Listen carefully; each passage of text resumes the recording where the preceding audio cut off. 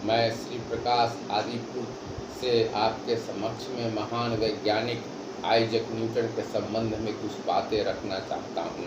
Isaac Newton का जन्म England में हुआ था और वहाँ उन्होंने अपना प्रारंभिक जीवन व्यतीत किया।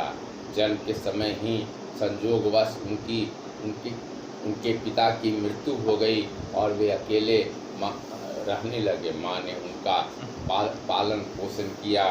उनकी माँ दूसरी शादी नहीं करना चाहती थी, लेकिन नानी ने दबाव डाल करके आइजैक न्यूटन की माँ का दूसरा विवाह कर दिया और वह पुनः अपने माँ के साथ नहीं जा सके और उनका शेष जीवन नानी के घर में ही बीत गया।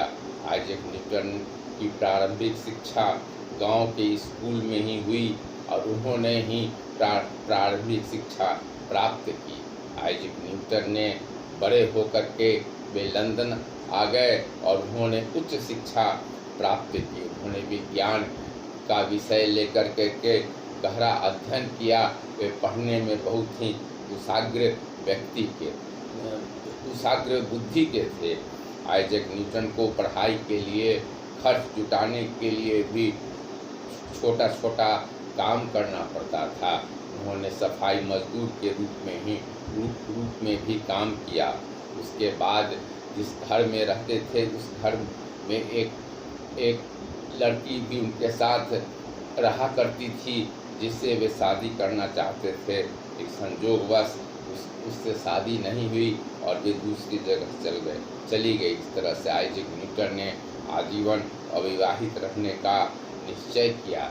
आइजैक न्यूटन ने विभिन्न क्षेत्रों में अनेक खोज किया जिसके आधार पर आज का विज्ञान अवलंबित है। आइजैक न्यूटन अपने बगीचे में जब एक बार बैठे हुए थे तो एक फल को उन्होंने वृक्ष से धरती की ओर गिरते देखा। उनके दिमाग में यह बात उठी कि फल ऊपर की ओर नहीं जाकर के धरती की तरफ ही क्यों आई है। इसके आधार पर उन्होंने यह सिद्धांत प्रतिपादित किया कि पृथ्वी किसी भी वस्तु को अपनी ओर खींचती है। इस आधार पर उन्होंने आकर्षण के सिद्धांत का निर्माण किया। आकर्षण के सिद्धांत के अनुसार कोई भी वस्तु को पृथ्वी अपनी ओर आकर्षित करती है। इसी पर समूचा ब्रह्मांड, समूचा सृष्टि अवलंबित है।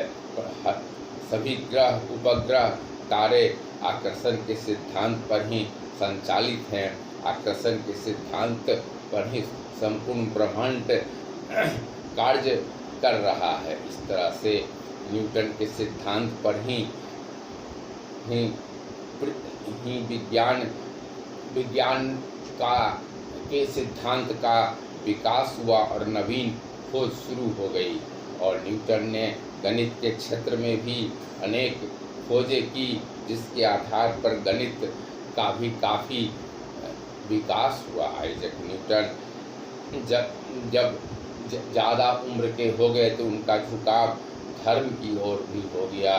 वे चर्च जाने लगे और चर्च के प्रति उनका आकर्षण बढ़ गया। लेकिन वे धार्मिक अंधविश्वास के कट्टर विरोधी थे। वे उदार प्रकृति के थे। वे सभी को एक नज़र से देखते थे। उनका कहना था एक सर्वशक्तिमान परमात्मा ही सारी सृष्टि को संचालित कर रहा है। इस दृष्टि से वे धार्मिक प्रवृत्ति के व्यक्ति थे।